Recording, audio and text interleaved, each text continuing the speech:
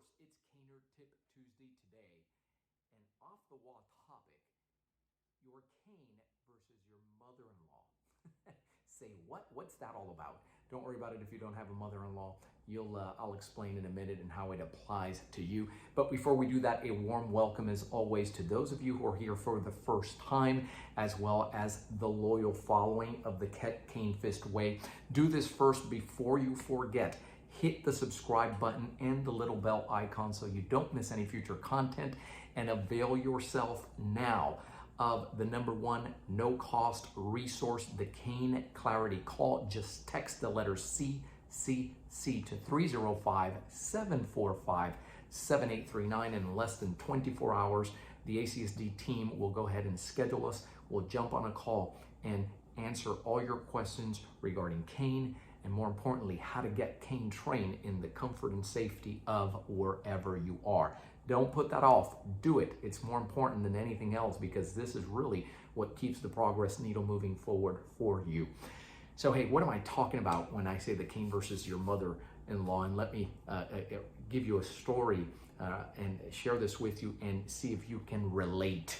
So we're hitting the road, going on a road trip. And despite the fact that I've been doing this for years, and my wife and I have been married for quite a while now, and this is like routine play for us. But this time, where other family members are coming with us, and I have my nephew in the car. Obviously, I have my daughter, my wife. Now I have my mother-in-law who's coming along too. And of course, the last one to come in is myself with my carry-on and my cane bag. And so, despite the fact, again, that this is not new, my wife feels compelled to ask, is it really necessary for you to hang around with 5 to 7 canes? Because it occupies some space in that vehicle as well. So the reason I bring this up is because I get asked all the time. I get calls from those of you who are new to the cane culture. Joe, everything from, do you really hang around with a cane all the time? How long have you been doing that? How do you handle when people look at it? I don't feel real comfortable hanging around with a cane, and all these other things, right? And so maybe there's a spouse that says, wow, do you really need to hang around with that all the time? This is an example. Do you really need to hang around with 5 to 6, 7 canes when you're going on a trip? Well, let's look at that and let's analyze that. So I carry everything in a cane bag, and I'll show you what that looks like in a minute. But yes, I do, when I'm going on a trip, I'm going to be out for several days. That's just part of my personal training with the canes. It's 5 or 6 different canes because they each serve a different purpose in my 20-30 minute session, right? Which is nonstop. It's go, go, go. And I have some of these to show you, right? So I start off with the 5-foot, what I call the expander, right? This is a 5-foot staff that I start off with. And I bring this along wherever I go, because I typically will start the session that way. There's a hand-eye coordination set that I do with that. The handling of it is different. You have to keep both hands on there. So it serves as a fantastic warm-up. So that's how I use it initially. From there, I'll move on to another cane that serves another purpose. And this is, I refer to this as the Ally. You haven't heard of it much. This is a very plain Jane cane, which I don't have heavy oiling on it at all. And it's all for handling, for maneuverability. I'll do low stances, coming down, come back up, and I use it in the cane flow. Run the full gamut of all the skill sets that you can do with this one tool. This is a 7/8. From there, I move on and I pick up a set of cane minis. And the minis now are for double handling. Well, these aren't minis, these are cane collies. They're a little bit longer than the minis. I really have gotten into the swing of this, but you can use minis as well if that's something that you want to do. But now You're taking your brain training to another level because it's working on your ambidexterity, my footwork, the handling that I do with it. I can off tempo with this. What I'm doing one skill set with one hand. You've seen me do this and do it with another, and then I go off tempo. In other words, the speed, I'm going at one speed with this hand, I slow it down with the other. This is all part of the training.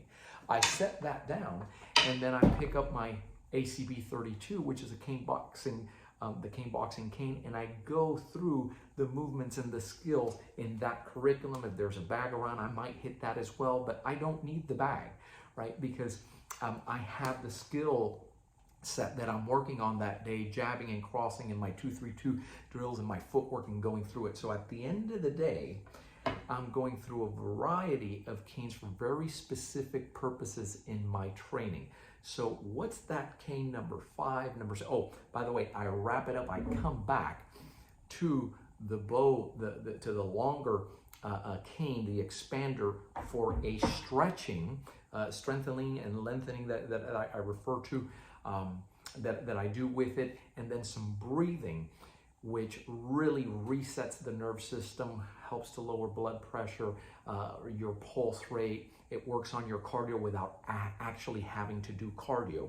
And the other cane that I carry is because this will be my carry cane, right? And in this case, you know, look at this guy. This is the Silent Night, and if we're going out in the evening, I'm not going to take these training canes, right?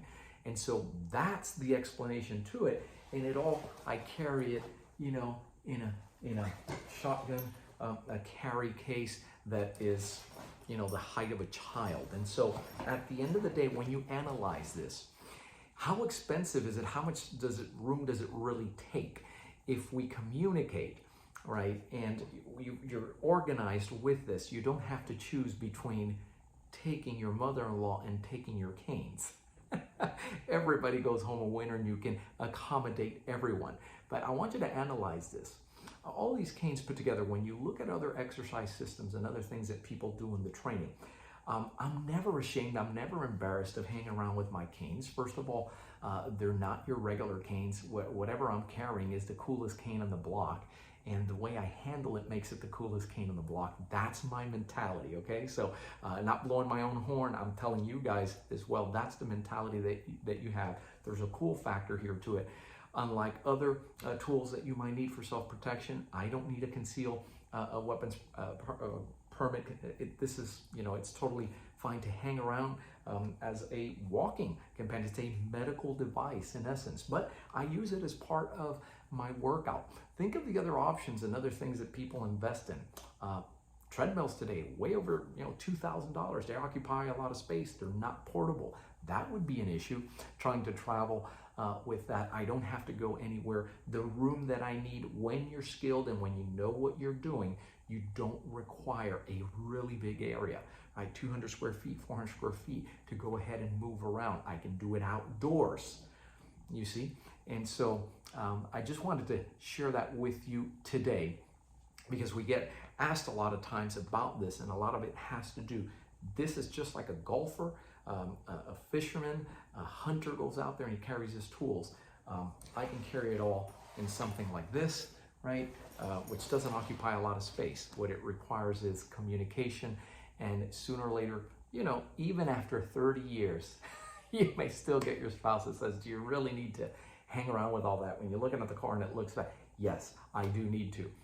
But you want to do it because the cane training, right, produces the endorphins, gets you going, gets the circulation going, gets the oxygenation to the brain, all these other health benefits that you never hear about. But if you're following our curriculum, are in place, you're just going to be better for everybody else. Believe me, a happy caner, happy brain, happy cane, happy cane trainer. So that's the way we handle it here.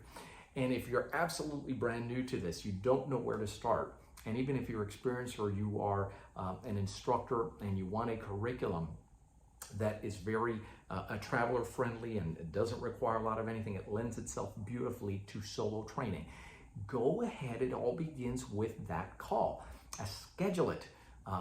Again, text CCC to 305-745-7839, and we'll jump on the phone with you just as part of the service that we do, so that before you start purchasing canes and courses and things like that, you do it right from the onset. It's going to save you time, frustration, and funds in the long run. Okay?